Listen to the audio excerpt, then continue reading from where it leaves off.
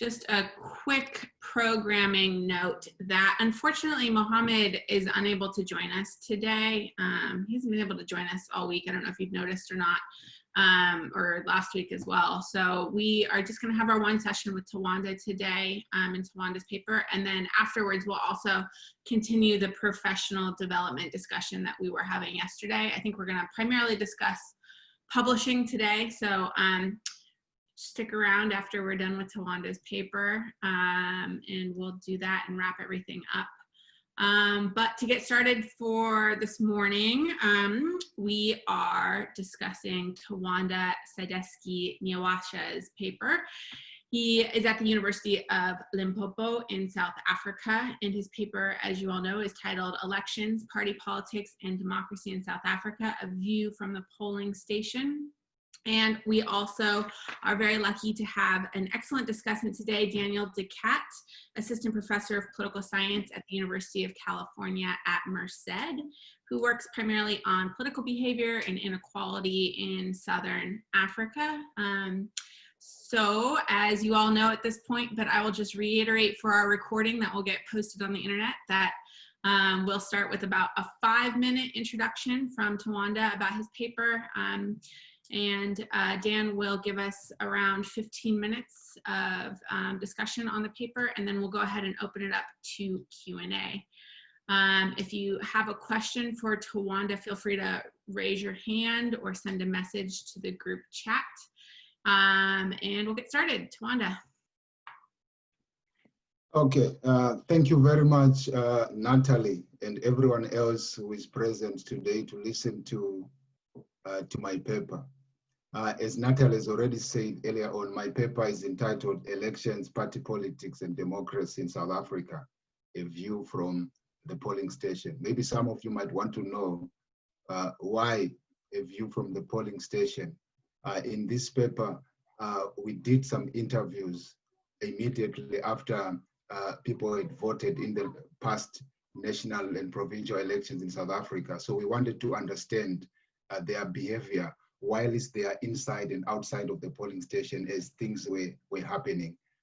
In this paper, I make a very simple and suggestive argument. My argument is that in most of the cases in South Africa, voting or the practice of voting seem to be assuming a very symbolic role rather than being instrumental, in the sense that people, they are still dissatisfied with a number of issues, but when it comes to the day of elections, they still go and participate. The reason why they go and participate is not simply because there is a tangible value that accrue from the process and practice of voting, but they are voting simply because for them, that practice has got a more symbolic function and value. In terms of the methodological approach that I adopted what I have termed as qualitative exit interviews. They are exit interviews in the sense that we were interviewing people as they were exiting the polling station. In the process of them coming out, we were asking them questions. In terms of the sampling, maybe one might want to know, in terms of the sampling approach that I adopted was mainly accidental or convenient sampling, where by accident would ask someone to give us maybe 10 or 15 minutes of their time, whilst we probe whatever we wanted to probe about the underlying meaning of voting within the South African election. And in terms of the theoretical framework or framing of the paper, I'm drawing heavily from 2 angles. Number one, I temper with Granvetter's thesis, and I also draw heavily from Peter Evans' idea around the embedded thesis. I'm arguing by bringing these 2 ideas together, I'm trying to bring up an animal which I've called situational embeddedness. In that sense, I mean that the reason to vote, the reason to participate in elections, it is defined mainly by situational factors which are largely embedded within the community rather than within the individual. So when individuals go and participate in voting, they are mainly motivated or informed by these situational factors which are embedded within the communities which they are part of. So basically, in short, this is the argument that I'm trying to develop in as far as this paper is concerned. It is not a perfect paper. It's still a work in progress, and I'm welcoming any contribution which can strengthen my argument or which can make me to rethink some of the ideas which I'm bringing to the fore. Thank you very much for your time. Great, thank you. And thank you for sharing such an excellent paper with us. I'll go ahead and turn it over to Daniel. Can I share my screen to share some slides? Yeah, do you need to be a co-host to do that? No, I think you've allowed it already. Oh. Okay. It's not many slides, but maybe it'll be useful for framing our discussion a little bit. Can you see that? Yeah, awesome. Okay, so first let me just say thank you for inviting me to participate in this and for giving me a chance to read this this paper. This is very refreshing work for me, and I'll explain what I mean by that in a moment. But before I do that, I want to kind of I want to try and restate the argument a little bit in my own terms for clarity for myself and for others, in the hopes that that will then elucidate some more angles that we can kind of come at this from and provide opportunities to sort of enhance and grow the paper as Nyawasha, Tawanda. I don't know. We're not on first term yet, first name terms yet, but maybe we'll be at the end of this. So that you can sort of keep working on this and keep developing. So just for context, I think this is like the perfect encapsulation of a lot of the politics that the paper is addressing. For those who don't know, so this is Cyril Ramaphosa on the left and Jacob Zuma on the right. And this paper is very much about sort of like the different ways in which different types of people respond to these two different ways of doing politics and living politics that are exemplified by Jacob Zuma and Cyril Ramaphosa. The reason I like the picture for this paper is because the picture is very much two very oppositional views of how the ANC should do politics in South Africa, while they both point at each other and kind of say, we're one and the same. And I think that's kind of the tension at the heart of the paper is how people think about change versus stability as they approach the polling station. So for a little more context, I wanted to give people a sense of where this paper takes place and what that means for what we learn from the paper. So I don't know sort of everybody's knowledge of the South African context, but basically all the data in the paper comes from around here. Is that right, Tawanda? Pretty much. So it's Capricorn and then Sekhukhune is sort of down here. And so this is Limpopo. So this is sort of the northernmost province in South Africa. The reason I'm showing this map, so this is a map of turnout in the 2019 election. I sort of looked at this map while I was reading the paper because I wanted to get a sense of what turnout was like in the regions that you were studying to begin with in 2019.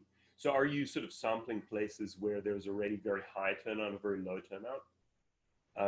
It looks to me like it's pretty on par with much of South Africa, but it's actually a little bit low, right? It's like kind of already a bit of a sort of low turnout part of the country. And if you look at a map of change from 2014 to 2019, it's on the sort of like it lost 5% turnout or something like that between 2014 and 2019. So it's on this kind of slightly lower end of the turnout spectrum. As Tawanda mentions in the paper, this turnout is sort of a very prescient thing to study in South Africa right now, especially in 2019, or especially in the context, sorry, of the 2019 election, because the country had its lowest ever turnout in a presidential or on a national level election. Sort of under 50% of people who could potentially vote voted, and that's like it was a real sort of downward downward trend. So I think, you know, we're studying the right thing, and we're studying it in a place that I think provides a good opportunity to learn about why people are or are not still participating. But that also has implications that I'll come back to at the end in terms of the study design. So let me try and just articulate a little bit what I think is kind of the core contribution here. And I personally think, Tawanda, you should probably work a bit on how you frame what the paper is doing. And so I'm going to try and give you sort of like my view of what I think you're doing in the paper, and then maybe that'll help to sort of stimulate you to think about how you can reframe it. So I'm not a puzzle person. I know in political science people like puzzles. They like finding puzzles. I'm not really a puzzle person myself, but I quite like that this paper, it had a really clear articulation of a puzzle. And the puzzle here is essentially that you get people who sound like this in South Africa, who sound kind of like what you would expect. This is from the data that Tawanda presents in the paper, that sound exactly like you'd expect when you think about, you know, what some kind of very conventional models of turnout would predict. Somebody's saying, you know, I'm going to vote in this election because I can make a difference, because my vote matters. That's what this person is saying, right? They're saying my vote matters. The specific context of 2019 is important. Politics has changed. I've paid attention. So this harks back to that picture of Zuma and Ramaphosa, right? This person's saying Zuma's gone, Ramaphosa's now the ANC leader. So everything's different. So now I can vote, and my vote will make a difference. So this is sort of a very dynamic view of politics and a very dynamic view of people's agency in politics and their ability to make a difference. And then you also get people who sound like this, which this is a great set of quotes that came up twice in the paper. I've clipped it. There's an extra sentence at the end, but just for brevity. And this is a person who's basically just extremely unhappy with the way politics works, I guess. They think politicians lie. They think basically there's not a chance that any change will happen soon. And so these are very oppositional views, right, of how, from people about how politics does or doesn't work and how voting does or doesn't have an effect on anything. And I think the puzzle that you articulate is basically that these two people kind of coexist and they both simultaneously do the same thing, right? It's that like there is not, what you would expect in sort of maybe some conventional views of turnout is that the first person is a voter and the second person is a non-voter. And yet in the South African case, it turns out both of these people are voters. And I think maybe you want to spend a bit of time in the paper articulating that a little more clearly. It's, you know, I think it comes through eventually, but I think this should be kind of the opening kind of gambit from you. So to me, the puzzle is basically that you're saying in the South African case, there are many people, not all people, but many people that feel that voting gives them very little agency, democratic agency. You actually just used a word in your introduction right now that I thought was a good one, which was instrumental voting. And I feel like that doesn't really come up in the paper. Instead, in the paper, you're talking a lot about like kind of democratic expression rather than instrumental voting. But I think the instrumental voting versus the symbolic voting is a better framing. For me, I think you should maybe take it on from the view of like agency. You know, how much agency do voters feel elections give them? Do they feel like they can make a difference or not? And then you kind of pick up this very interesting divergence that I'm not gonna, you know, I don't know that it's a puzzle, but it's very consistent, I think, with what those of us who spend time thinking about South African politics have kind of perceived over the last 10, 15 years, which is that there's a big difference between how voters in rural parts of the country think about electoral participation and political party politics, and voters in suburban/urban parts of the country. And I sort of saw this as kind of like the distinction between loyalty and change, where in the rural areas, there's this kind of embedded loyalty to a political party that is not really subject to feelings of agency or change. And in urban or suburban, I'm sorry, I don't know if you can hear my 2-year-old having breakfast, sorry. I apologize. Um, whereas in urban or suburban areas, voters are very much, they very much view sort of like the the um, the electoral process is one in which change might happen. Now, I would say I think this is very much a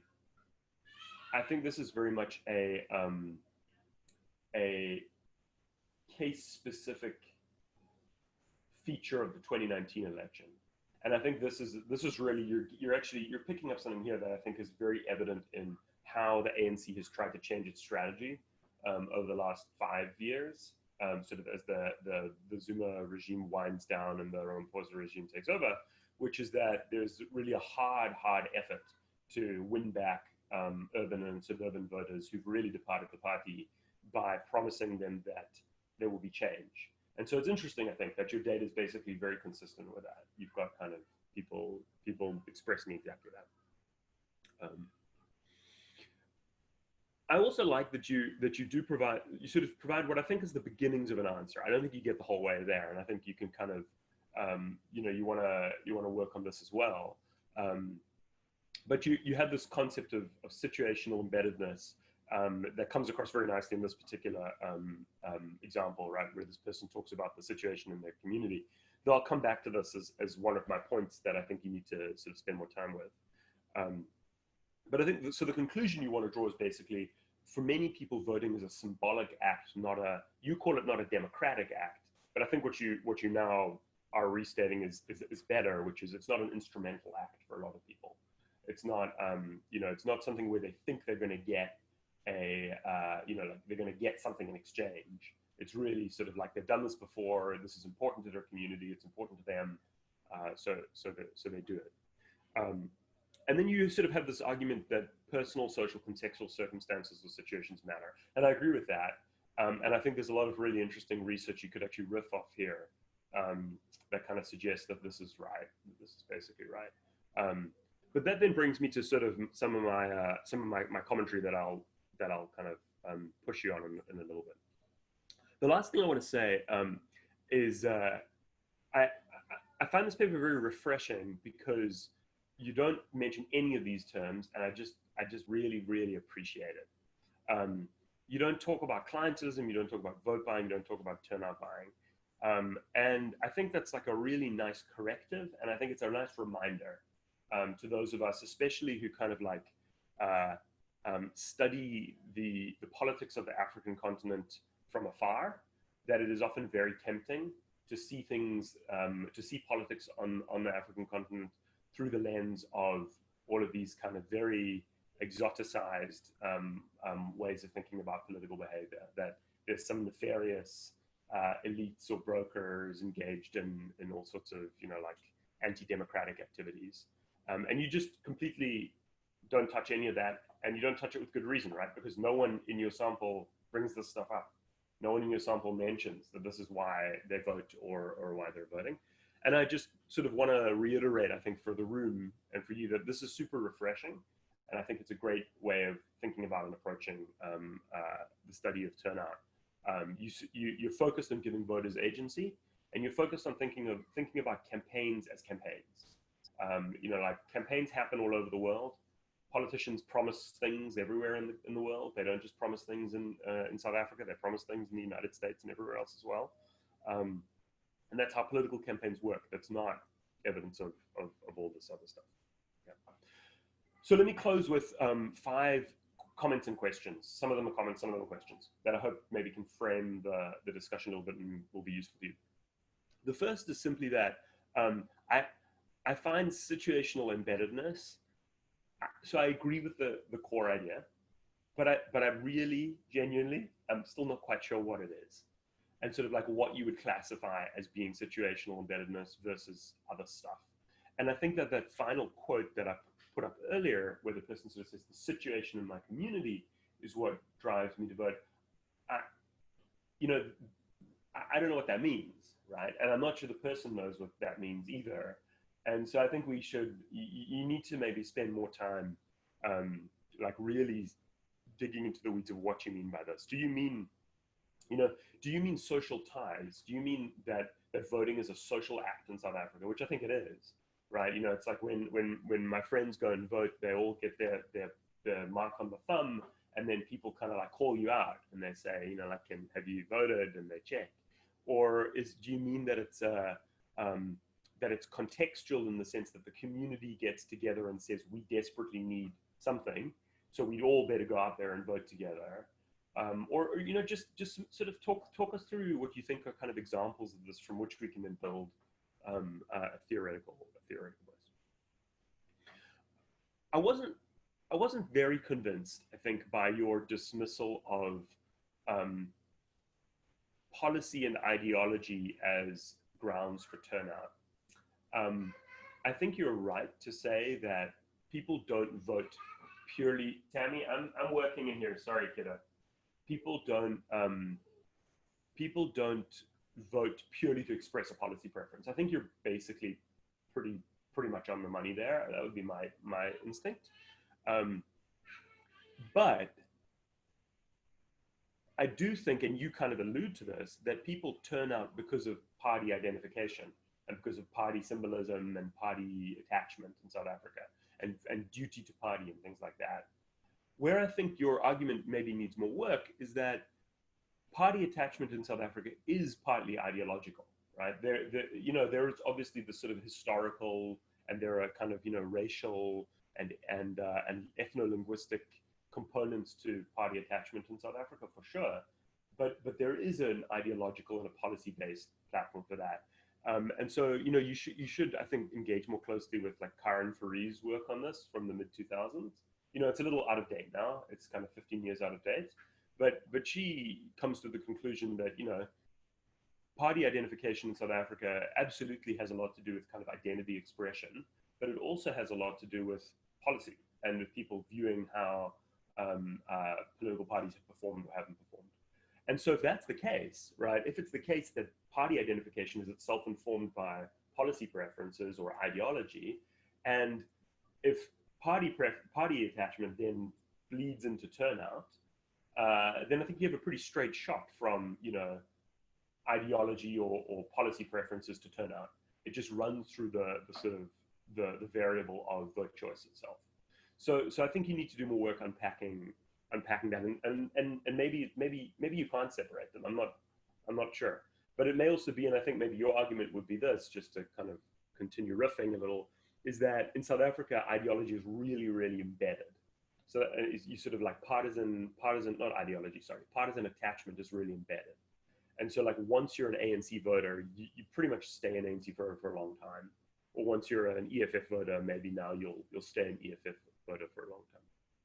And so maybe then what you're studying is you're studying the moment-to-moment turnout that can't be explained by changes in party identification.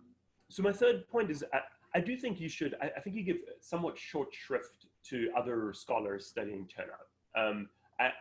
I think people go beyond these days. I think there's a lot of scholars who work on turnout as more than just democratic expression or the expression of like instrumental incentives. And so I would encourage you to like sort of engage more fully with that. I think there's kind of a lot of, you're in the sociology department, and so I imagine there may be some kind of like disciplinary cleavages there that we could bridge. But I do think you sort of, I think there's a lot more you could gain from engaging more broadly. I mean, as I said, there's really interesting work on like social pressure and turnout, and social pressure seems like it's part of what you're thinking about. And so I think you could borrow from that. My last 2 points are about method. And I just, you know, I don't want to harp too much on it, but I want to kind of push you a little bit. I'm not an interview-based scholar. I'm a kind of like 40,000 feet macro, you know, type of scholar. One thing that concerns me is that your data is basically what we would think of, I think, as selection on the dependent variable, which is that you only observe people who choose to vote, and you don't observe anybody who chose not to vote. And so I think skeptical readers will look at this and say, well, you know, your symbolism variable that you think you're capturing as the reason that people are voting, well, that might be present for everybody. but it might be that, like there's actually something else that differentiates the voter from the non-voter. So if it's possible, I would maybe actually encourage you to, like, you don't need to sample non-voters on election day. I would maybe encourage you to, like, sort of try and find some non-voters, some kind of committed non-voters, and talk to them and kind of see what they say and whether what they say, mirrors or echoes some of the things that I think that would really, like, enrich the discussion a lot, because as you said, like, for the first time in 2019, the majority of voters in South Africa are non-voters. And so you need to have something, I think, to say about what those people's beliefs and preferences are. My final question is about the sample selection strategy and sort of some of, pushing you to think about some of the biases inherent in that. And I think there are two concerns for me. One is, coming back to that map I showed you at the beginning, how confident are you that you can learn a lot about turnout in South Africa from just Limpopo? There are lots of things that are unique about Limpopo. Politically, one of them is just going to be that the ANC, it was one of the ANC's strongest single performing areas in the 2019 elections. And so, like, what would this look like if you, and I mean, the EFF did okay there as well, but what would this look like if you were talking to people in kind of suburban or peri-urban Johannesburg, where there's really strong competition between political parties? And do you think you would find different sort of drivers? And then, so there's three sort of like questions for me here. So one is sort of, what can you learn about the rest of South Africa from Limpopo? I think you can, but I just think you need to be a little more circumspect maybe in the paper. The second is, what about local elections versus national elections? So your data's all from national elections. If your argument is that voters don't feel that they're instrumentally powerful, that they don't have agency, that should be very different in local elections, right? Local elections are much more competitive, and local elections have much more obvious material consequences.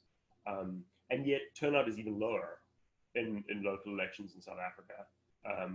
And so that's something for maybe for you to puzzle over a little bit as well and think through. And then the final thing is sort of, what do you gain or lose by just doing sort of a convenience sample at polling stations? And again, I think that's fine. Like you sample what you can as a researcher, but I do think you need to sort of talk it through in the paper. And you need to say, one of the problems with the convenience sample here is that you might have selected people who are particularly prone to complain about stuff. And to, like they're looking for someone to complain to, and it's like, oh, there's that researcher and his research assistants. Let's go and tell them all the things we're irritated about in South African politics. Whereas a bunch of other voters who just kind of vote for whatever reason, they're like, I don't want to waste my time talking to a researcher. And so, like, do you think there's any kind of biases baked in? Okay, and I'll stop there. I'm sorry that went over time. Actually, way more over time than I intended to. I'm really sorry. I'll stop sharing now so that we can see each other rather than my screen. Okay. Thank you so much for those incredibly thoughtful and detailed comments. Tawanda, it was a lot. So do you want to respond quickly before we move into Q&A with the rest of the group?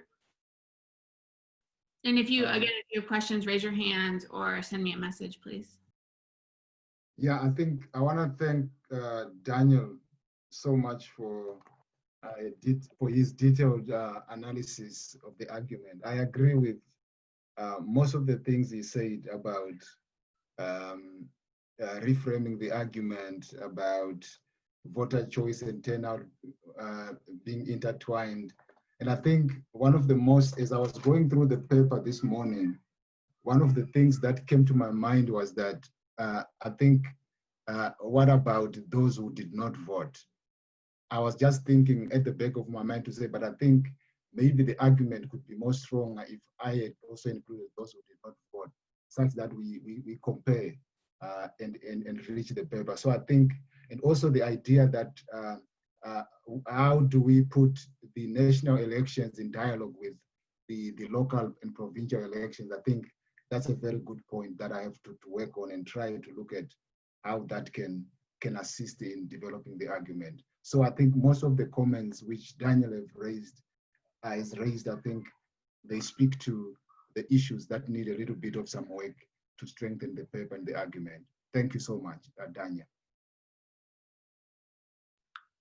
Great. Okay, I see Jenny's hand up if you want to ask your question. Yeah, thank you, thank you. I want to congratulate Nyawasha for the paper and the idea he's developing now. I have many ideas coming from Daniel and his own intervention now. So in terms of selection bias, while reading the paper, I was also asking myself why he chose to be focused on the police station in Limpopo rather than other stations in South Africa. So police stations in South Africa. So I was also asking myself about the representativity of those who have been interviewed, comparing to those who were not interviewed. And also in the paper, he said that 10 million of eligible electors are not registered for elections. And for those who are registered, 65% are not voting. So, and he just said the point and skip, saying that it is not the focus of the paper. But I think that it will be interesting if he can come back and give more arguments on what can explain such situations, and also explain better in any response that is giving in the text. You can cite the respondent number as well as the polling station number. It will be very easier to understand in which polling station the answer is coming from and from which respondent, so that it can be easy easy to see that the responses are not coming from the same respondent, because when it's not citing the respondent number or the polling station number, it can be that all the responses and the can comes from one polling station or from one respondent. So it can be also interesting if we can give more precision on that. And also, while going through the paper, I've noted that he came back from on the apartheid issue in South Africa.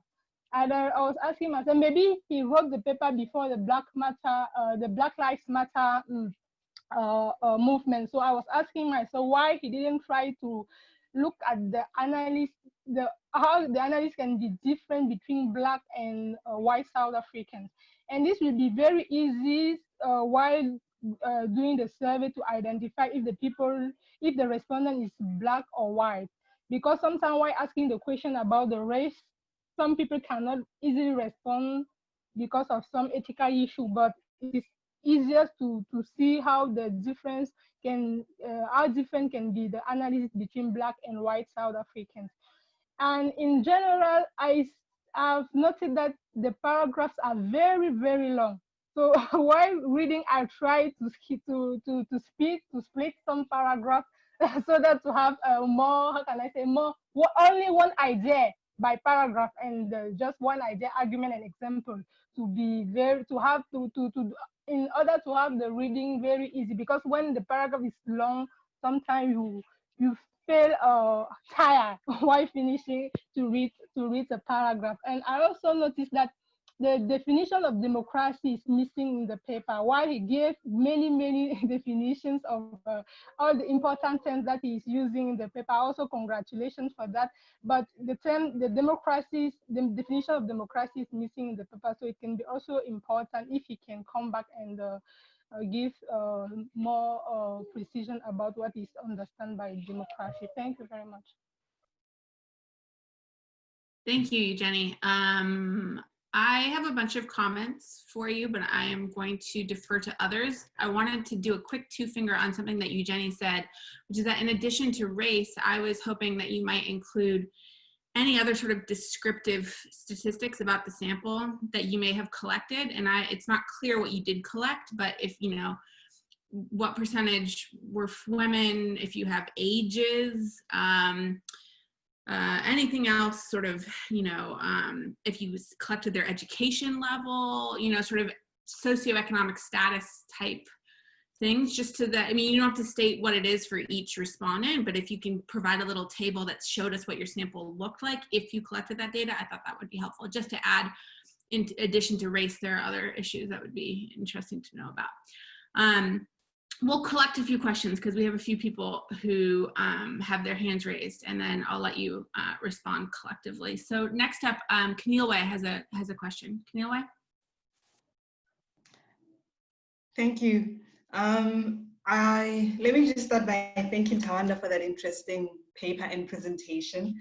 When I went through the paper, it kind of inspired me to want to read more in this area.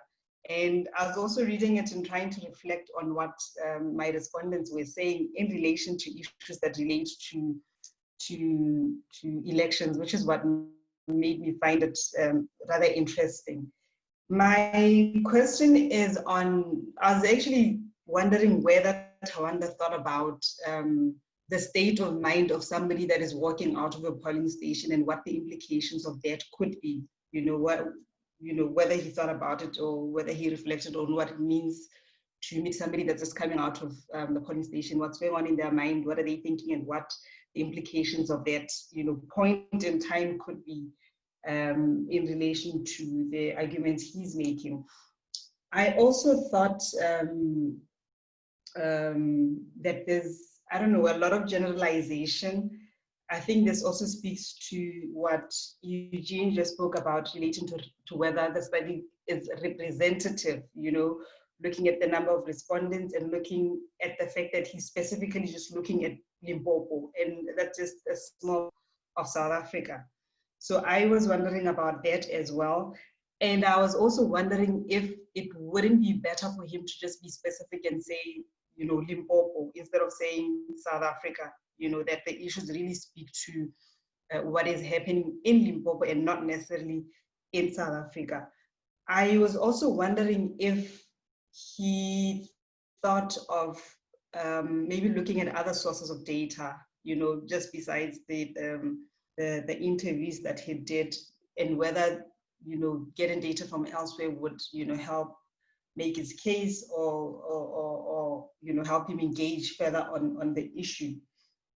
And then the other thing I had, or the other question or comment I had, was on the issue of democratic expression. And my question was whether he thinks or doesn't think it is implied that when I go out to vote, that I am in a way expressing my role as a citizen. I'm participating, or there's some democratic inclination to it. Even though he may ask me as a respondent, how do you feel, and then I don't necessarily say it out because I'm assuming he knows that by virtue of just going out to the polling station, I am exercising a democratic right. So that's just one other thing which I thought of, because I was thinking, if it was me, I probably wouldn't say to you that, that's why I'm voting, but I would assume, and I would assume that it's implied. Thank you, I think, yeah. Okay, great. Let's turn to Leila. Thank you very much, Lara. Hi, Tawanda. Just to compliment you, your paper was quite insightful for me. It explained fairly well, the undertones that influence voting, especially from indigenous perspective. So I particularly enjoyed reading that. I basically have 3 observations and just one question for you. So my first observation is on the structure of your paper. I feel it would be important if you would signpost in your introduction how you're structuring your paper. I think this is really going to guide the reader on the kind of narrative that's going to start following from the discussions that you're making. So have a small, sentence or a paragraph just telling us how your paper is structured, what arguments follow. Secondly, just like Eugenie, I also felt that the paragraphs were too long. It makes readership a bit tedious. So do try and separate your paragraphs if possible. Thirdly, in your abstract, you spoke about socio-economic variables as one of the determining factors on how the participants would probably vote. And then you do go on to have a separate section in your paper on the cultural and moral symbolism of voting in South Africa.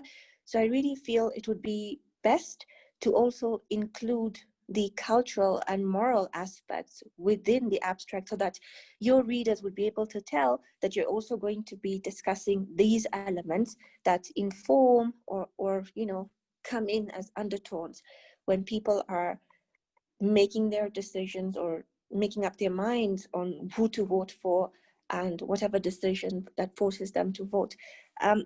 The question rather that I have is on situational embeddedness.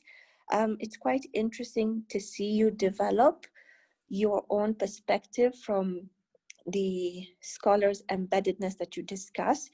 You refer to it as situational embeddedness, and I'm just wondering, are there any similarities between the situational embeddedness that you're talking about to the social contract theory?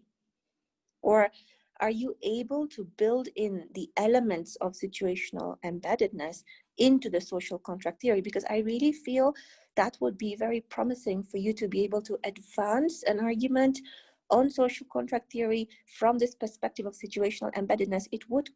I think it would generate a lot of interesting scholarship coming from South Africa from an indigenous perspective as well. Thanks. Great. You just got a bunch of great questions and comments. Do you want to quickly respond before we move on? Yes, I can respond. I think most of the comments are largely about how to improve the paper. I think Eugene, you asked me a question about, let me just, how do we explain those who are not voting? I think that has been addressed as well. And the issue of case selection. Why was that particular case selected? Is it representative of the South African population? I think maybe to answer that, the reasons behind why Limpopo. It could be that elections were conducted only in one day. So the decision was largely practical and also methodological to some extent.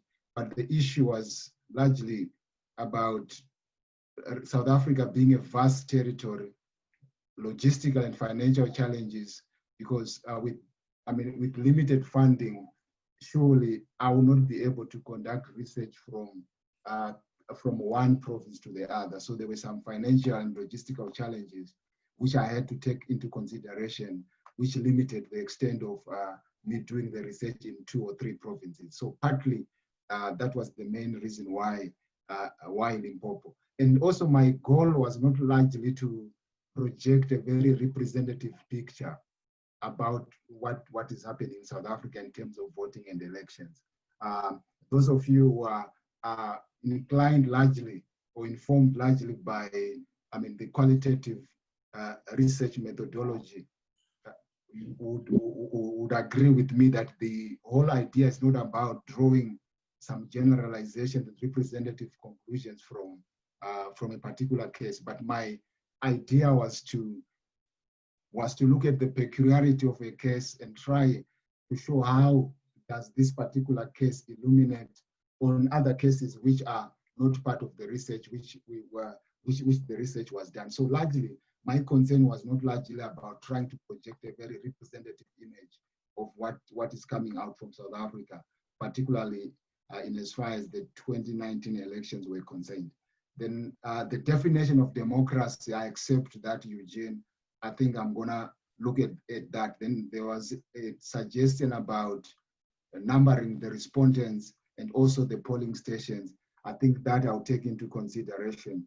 Then Natalie, you asked me a question about descriptive statistics of the sample, age, sex, educational background, and so on and so on. I think we, in our survey instrument, we had those kinds of questions around age, sex, and educational level. So it will not be difficult for me to go back and include information around these descriptive statistics that you are suggesting. Then Kenelwe, there's a question around the psychological impacts of those coming out of the polling stations. I think you are right. I toyed with that idea, and I think there might be some psychological effects around that, and I think I need to reflect on that and see how I can speak about that and illustrate that there might have been some psychological effects in informing how some people responded to some of the questions that we posed. It could not be maybe an issue of psychological impact. It could just be fatigue. Maybe they've been standing in the queue for 2 hours or 3 hours. And after that, here I am, I'm asking them questions and stuff like that. They might just brush me aside by just giving me answers, which might not really speak to the issues which they feel are at the heart of their reason why they went out to vote. Then the suggestion about other sources of data also from Kenele, I think I have to look into that. Then the issue of democratic expression being implied, I think you are right there. I will have to see how I can explain that and elucidate extensively in the paper. Then another question was from Laila. It was about structure, signposting. I'll take that into consideration as well. Then the issue of socio-economic variables, I think it also speaks to what Natalie has asked me earlier on, and also the inclusion of cultural and moral aspects in the abstract. I think I'll work at rectifying that. So basically, most of the issues were largely comments rather than questions, which came from colleagues. I'm not so sure if I left out anything in as far as questions are concerned. Sorry. Can you be able to do the analysis between the black and the white? Or the issue of race, yes, because in most of the, though it was one case or one province, I tried to do some within case analysis where I tried to compare within that particular case. That's why there's a division between suburban and rural voters. Within the suburban category, there were some people who were white South African voters who also responded to some of our questions. So I think it would be easy to include that kind of a variable in our analysis and eventually in the argument. Okay, thank you. Thanks a lot, Eugene. Then there was a question around situational embeddedness, social contract, I think from Laila. I think the whole idea, as Daniel has said earlier on, around situational embeddedness, it needs some kind of rethinking and reworking. So as it is, I think I'll have to go back to the drawing board and see how I can sharpen this particular argument and make it very clear. Because Daniel, from his analysis, said it's not clear on what I mean by situational embeddedness. Is it social contract? Is it social ties and stuff like that? So when I go back, I think I would have some time to rethink and explain what is it? Is it social?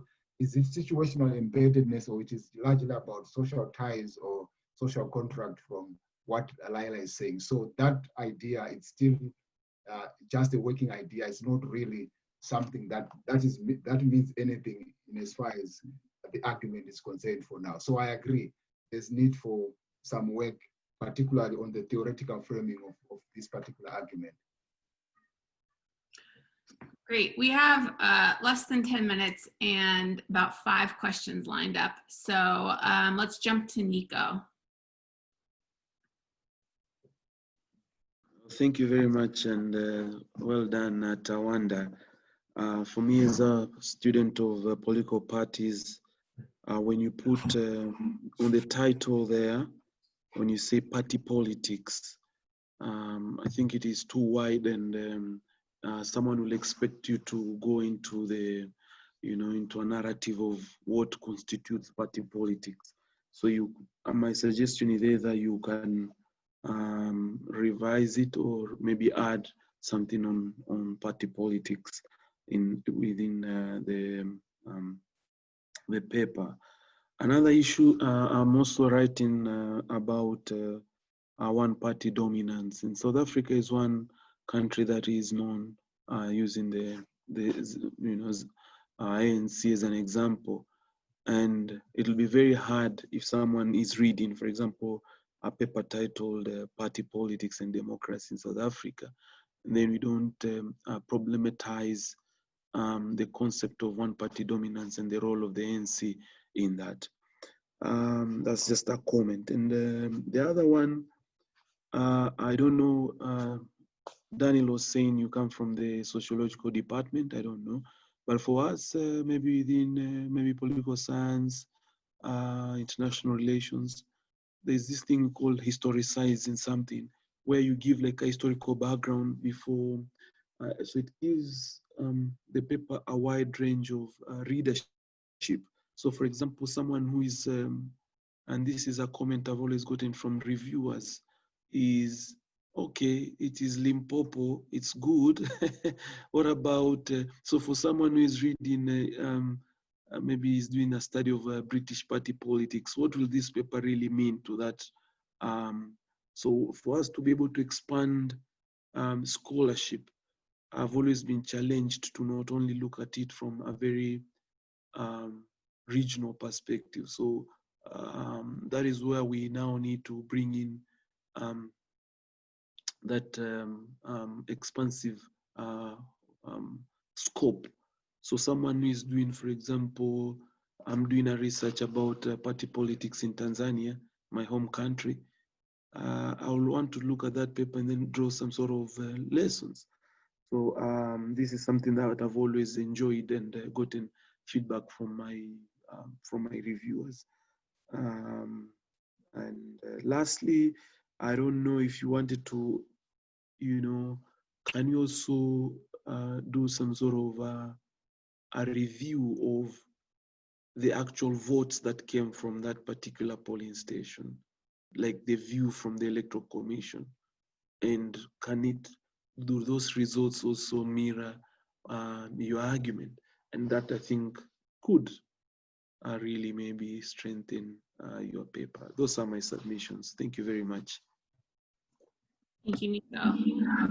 Camille has, I think, another question or a follow-up question. Thank you. Yes, I do have a question. Tawanda makes reference to Moyo's study, who looks at the relationship between democracy and elections in Zimbabwe. And I thought it would be very interesting, at least for me, to hear more about, you know, what the key arguments that came out of the study, of that Moyo study were.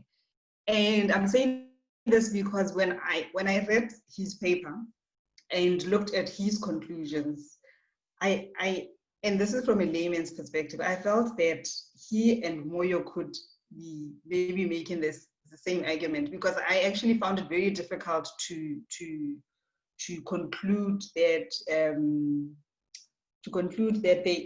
isn't a direct link from his arguments between democracy and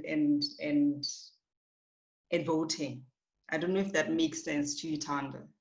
Yeah, and then the other thing also related to what Nico just said was that I hear what he says on the issue of the qualitative approach, and that he's not intending in any way to generalize. But I was going to say that even though that may be the case, looking at the title of the paper, it raises some expectations. You know, when I'm looking at the title and when I get into it, I'm expecting to hear more about South Africa broadly.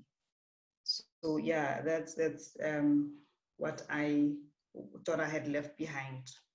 And then one last thing was, I was wondering as well what his views are on what it means for an ordinary South African to go to the polls. When I vote as an ordinary citizen, what does it mean to me? Or what is my understanding of what I'm doing by actually going to the vote? And then just in simple terms, to a simple person like me that doesn't know much about the subject area. Thanks. Great. Kathleen and Martha also, I think, had some quick questions, if we could squeeze those in before time. Kathleen, you want to start? Yeah, sure. So very quickly, I really like what you're trying to do in this paper in terms of pushing back against the kind of conventional issue-based narratives, and that voting is driven by some democratic imperative. I do kind of want to caution you against perhaps overstating the influence of those two approaches. I do think there's a fair amount of pushback on those understandings at present. But I have three particular or kind of closely related comments, and I'll try to move through them briefly. The first is that I'd like to see you develop, and this is kind of echoing what people have said, but do a lot more. I think you can do a lot more to flesh out what you mean by symbolic voting, right? So what observationally does that look like? And kind of related to that, there seems to be a lot of conceptual slippage between how you're using the concept of situational embeddedness, symbolic voting, and kind of this concept of morality or moral voting. Maybe that you are using those interchangeably, and that's fine, but it would help the reader if you just made that more explicit, right? So you have three very closely related concepts, and it can be kind of confusing for the reader to kind of be on the same page with you. Kind of closely related, it seems like you really have both an individual set of variables here and a collective or group level set of variables. So I see this situational embeddedness as being a group level variable, right? It's shaped, someone's decision to participate is shaped by their broader context. And yet, as other participants have suggested, there's also important individual level attributes that might matter and might interact with one's context. So, you know, obviously one's race and one's gender, but their age, right? Like, were they part of the apartheid, anti-apartheid movement? Like, these should all matter at the individual level and should somehow interact with the broader collective. And so I think you can do more to tease out those different kind of levels of analysis. And then the third part has to do with how you're interpreting your qualitative data, right? So you're interpreting the quotes that you provided as evidence of some sort of symbolic logic of voting. But I actually read those and I'm like, those seem to be conform to standard kind of, most of them, right? Kind of the democratic imperative, especially when citizens are noting that they're voting because of change, right? I'm like, that's what's symbolic about that. That's voting because for the exact reason that democratic system set up. Right? So this is all to say, like, you're the author, you can interpret your quotes as you want to, but just be aware, like, kind of maybe explain to the reader, these are the set of criteria that I'm using when I'm interpreting my data. When I'm looking for symbolic logic, this is how I'm kind of coding my qualitative data, right? So at least we can disagree with you, but at least we know how you're coming at your qualitative evidence, if that makes sense. And I have some more comments, but I'll email those to you, but thank you. Martha, do you want to add the last comments? Yeah, I'll go really quick. I think many of my substantive comments have been made, although I do really want to echo that I really like sort of the argument that's being put forth here, and I like Dan, I think it's quite refreshing. I'm going to just stick with some structural questions to sort of focus on revision. So the first part, and I think this builds on what Nico just said, is I would have really appreciated a section that's like titled the 2019 elections in South Africa. So some of the material Dan introduced at the beginning, you don't need the data, or a fancy map, but it would have been just really helpful to sort of have some of that background. The extent to which you do this maybe depends on where you want to send the paper, but there's many points throughout that you're sort of talking about debates in the ANC, or at one point you talk about like the ANC and the moral card. And I, as someone who does not study this, I mean, just a concerted, like, what were the issues in this debate? What's going on in the ANC at this time? Would have been really helpful to me, and I think would have made all of those details you're bringing in later much more sort of intelligible, or sort of fit more neatly together to a reader. And at some points, this extends to other things as well, that where it wouldn't necessarily need to be in this section, but I would have liked more discussion. So you have this really interesting contrast between urban and suburban voters, which, this is like the big question right now in American politics. So I was like, oh, so interesting. But you sort of passed over it really quickly, and you acted as if your reader knew what that cleavage was. And again, as someone who's not familiar with the context, that I would have liked a little more detail on that. In addition to the descriptive data on your interviewees, I would have just liked a little more detail on the 10 polling stations. And this doesn't have to be elaborate, but you talk about how you were trying to get variation on that, but you never really told us what that variation was. And just even really basic stuff, right? How many like localities they were in, and how many people are pooled into each of these, approximately these types of things. I would encourage you to put your theory section where you talk about situational embeddedness before the method section. And like Dan, I would have liked to hear more about that. And sort of at that point, and this is going to I'll make this my last point, and we'll build on Kathleen. Although in general, I think your qualitative material is integrated quite well here. I think being really precise in a theory section about what is symbolic voting and what exactly does that look like means that later when you get to some of these quotes, which I agree with Kathleen, and I think Kenalway said this too, you could sort of interpret multiple ways. I think having laid that out really clearly and then consistently coming back to that definition instead of just saying this is symbolic voting, to sort of say, I think this is symbolic voting because of X. Because I too was like, you know, if someone asked, why do you vote? I would say, well, I've voted in every single election since I was 18, right? And to me, that is about democratic commitment, right? But I might not use that term. And so again, I think that sort of being really clear about like, here's what symbolic voting is, and here's how I'll know it when I see it, or what, you know, if someone else wants to cite your paper, like how would they take that concept? I think that that would be really helpful to sort of lay out really clearly in a more elaborate theory section. So I'll stop there. Great. Okay, great. I have lots of comments for you, but I'm going to go ahead and write them up and send them to you as well, because we are now past time. And I just want to thank you again for sharing such a great paper. We ended our discussions for this research development group with a really excellent paper and a really great discussion. So thank you to everybody, and especially thank you to Professor Daniel to Kadt for joining us with your feedback and comments for Tawanda. So that will wrap up that session, but now we're going to move into the our last little professional development block. So thanks again to Dan, and we'll end the conversation there. Maybe take a 2-minute break, and then we can get back and talk about publishing. Thanks for having me, and I'm sorry that I talked for so long. I feel really bad. No, don't. That was excellent feedback.